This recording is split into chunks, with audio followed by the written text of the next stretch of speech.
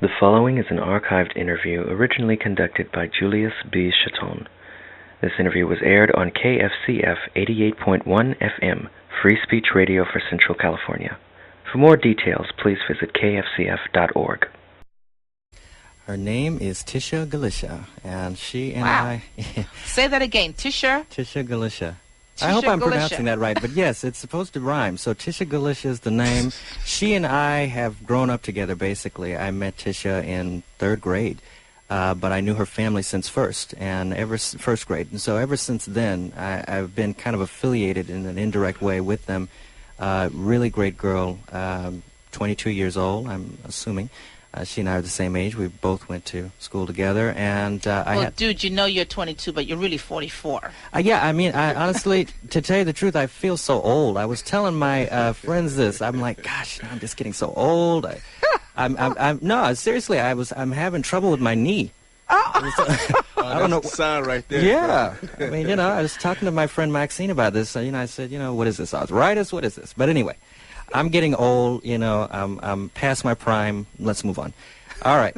So, Tisha is joining us this evening, and she is a multifaceted artist and a very amazing person. And as I said before, Tisha and I both grew up in Los Angeles during the 90s. And, it's just wonderful to have her on this evening. Tisha, are you with us? Hi. Hi, how are you? Hi there, so Tisha. Hi there, everybody. Thank you for having me. I'm so You're excited. welcome. So, am I pronouncing the name right, Tisha? Yeah. Okay. Tisha or Tisha? Tisha. Right. Yeah, I've heard Tisha. So, okay, we'll go with Tisha. All right. Well, we have a round of questions for you this evening, and this show is very important, this episode we're doing here on art, because I think we're getting away from it. We're not really focused on stopping and smelling the roses and looking at really absorbing the beauty around us. We drive our cars, and we don't pay attention to anything but the lines on the street, and there's so much beauty and art around us that we really should be soaking up, and you as a photographer and a painter, definitely understand that as well.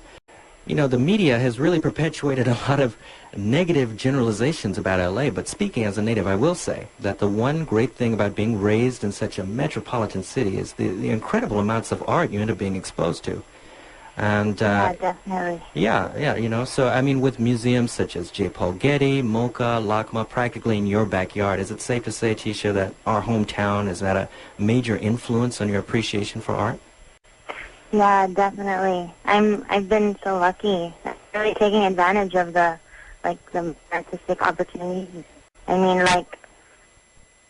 when we were going to school together at Wilshire Crest, we were introduced to MoCA first. So that was the first museum that I was ever exposed to when I came to LA. Wow. And then, I actually recently did the Tim Burton exhibit. I volunteered for that at MoCA. Awesome. This summer. Awesome. Yeah. How was that experience? It was really great. I mean, just to see the way that the museum works, and then being able to work with just all the people that are involved with making an exhibit work. It was really, and just to be in the Angeles and working with all that people it was lots of fun. Yeah, art, the idea of art in LA is not, as popularized, so I really feel that people our age should be more active with museums. Yeah, absolutely. And there's just, in LA, I will say, you're just inundated with museums, as a whole. I mean, they're everywhere. You can't, everywhere you turn, there's a museum of some kind. And so it's just a great opportunity to soak up all that culture, Yeah. I want to talk a little bit about photography because, believe it or not, photography is a very complex art.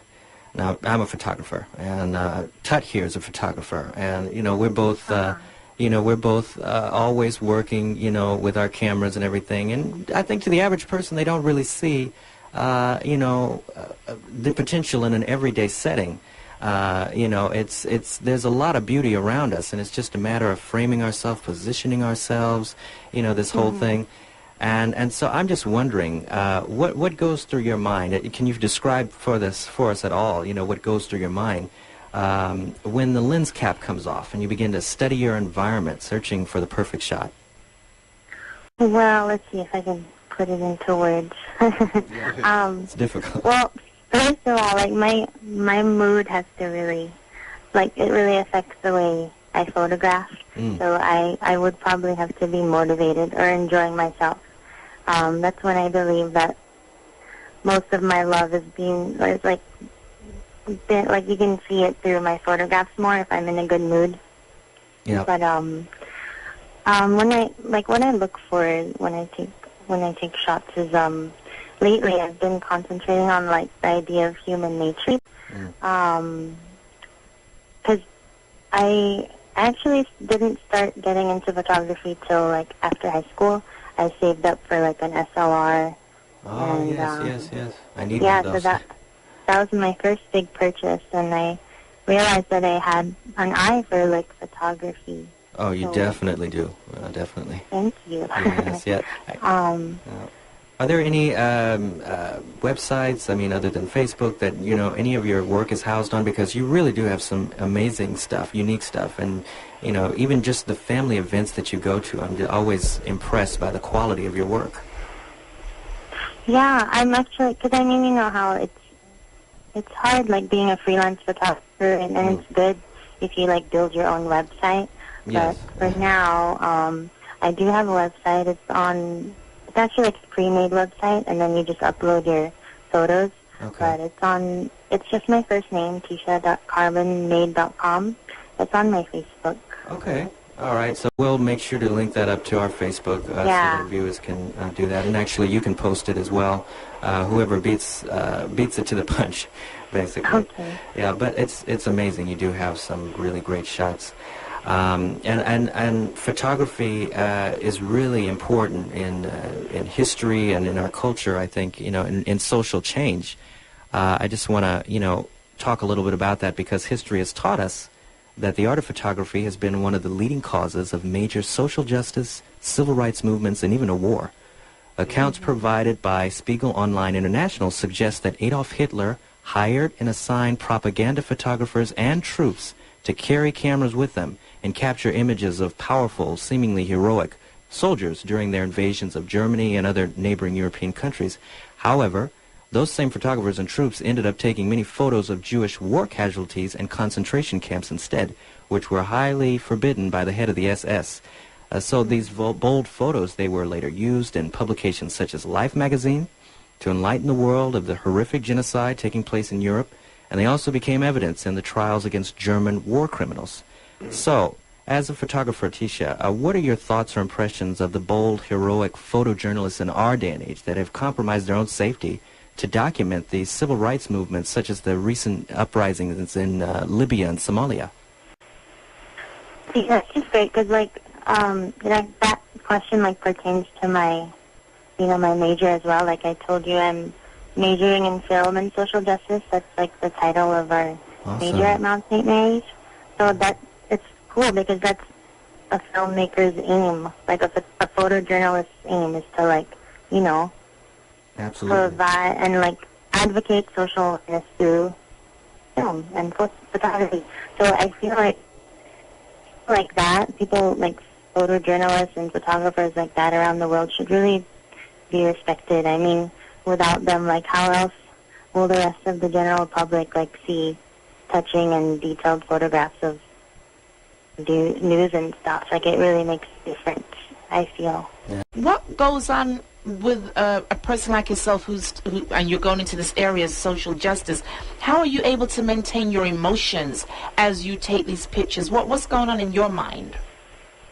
Well, because I'm, thanks to this year, I'm finally being aware and exposed of all the social changes going on currently.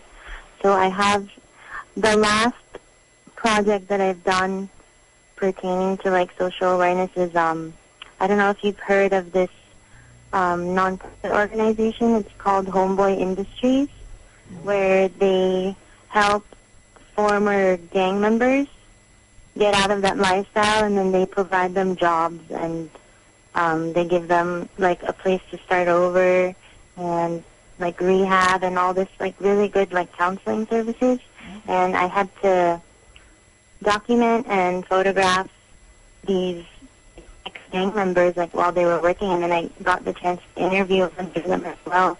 And you know, at first you're kind of intimidated. You're like, oh, they have a history of, you know, being involved in gangs, but then you really like get to know the person as well. I mean, are you in the moment, or are you just taking a picture? I guess I'm trying to. Where are you on a scale of 1 to 10 when you're taking these move-in situations?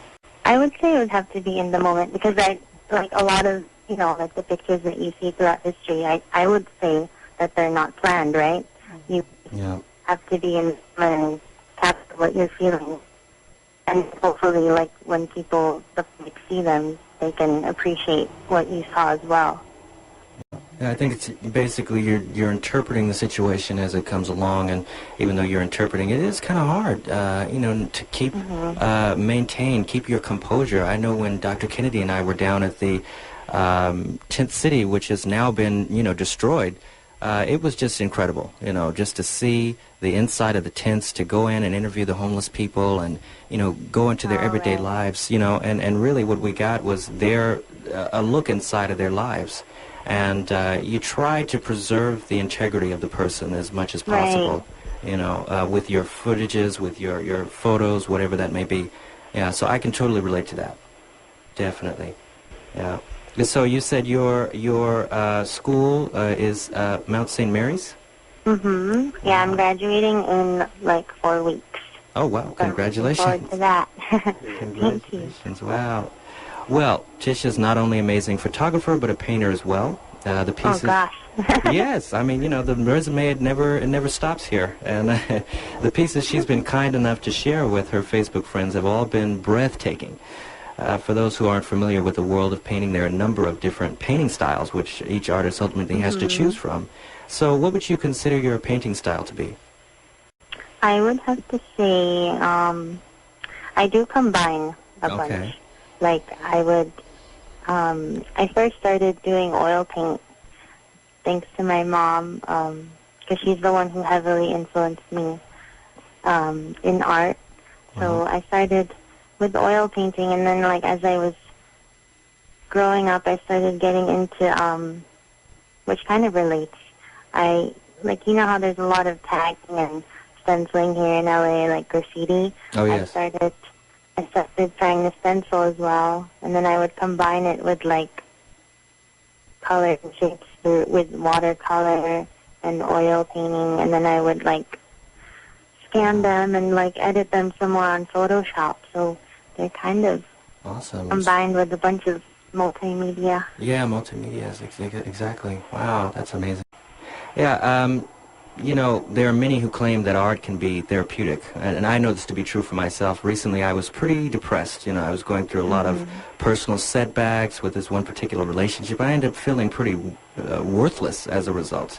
And, you know, to combat these feelings of pretty much uselessness, I sat down in front of my computer and I began to catch up on past due videos, which had been delinquent from as far back as a year. And it was going through the producing of this quality work that I began to regain some sense of self-worth, you know, and definitely being affirmed by Dr. Kennedy, who, you know, I was coming up with work that she hadn't seen in I don't know how long. She said, "Wait, what is this? You have this? I can't believe it." You know, and so I guess my question is, what kind of emotional gratification do you get from painting? Yeah, see, that's really cool. I feel like, because I noticed that I would paint or be, like, artistic, too, like, if I'm feeling, you know, down, so that I could motivate myself to not be sad anymore. Yeah. But, the gratification I get, I feel original, and then there's this, like, different kind of gratification or appreciativeness that you get than, like, for example, when you're actually at a museum and seeing someone else's art. It's like you're able to gain and learn something new about yourself, while at the same time, like, you're sharing a piece of something from within you. Absolutely. Yeah, I totally agree with that. Well, this has been a really great discussion. Is there any insight that we have for Tisha? I just think that in this day and age, to be so conscious about social justice around you and to incorporate that into your work, I commend you on that as an educator, and to be so young in age to know that that's where your passion lies. It's amazing where your work will take you. I have been very fortunate to have these two gentlemen around me because of Julius's work. He has this eye, and he's so able to see things and make something out of taking one day I was walking and was taking pictures of my feet. How in the heck do you take pictures of someone's foot? She always mentions this, I couldn't believe that. I still haven't done anything with those feet, but I will do something one day. He says he's going to do something with these feet of mine that he took.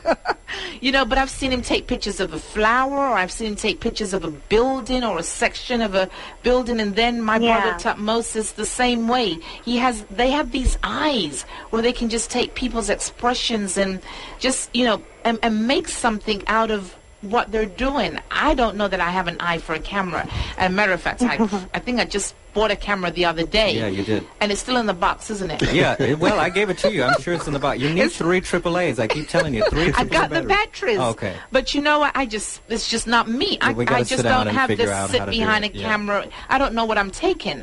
But again, it's a gift. Now I have the gift of the gab. I know what I need to do on that, but that other stuff. But to be able to let your work speak for you, that's absolutely awesome. And so I admire you being able to get in touch with that inner part of you, and keep it up. I'm looking forward to seeing some of your work down the road. Definitely. Me too. I feel so gratified. Yes, well, definitely you should. Thank you so much, Tisha, for joining us this evening, and we'll definitely be in touch. Thanks for having me. All right. Say hello to your family for me. I will. They're probably listening. Yes, I'm sure they are. Big ups to them. Yes. All right. Thank you. Thank you for listening to this archived interview originally broadcast on KFCF 88.1 FM. For more information on Free Speech Radio in Central California, visit kfcf.org. This has been a Julius Chatton production.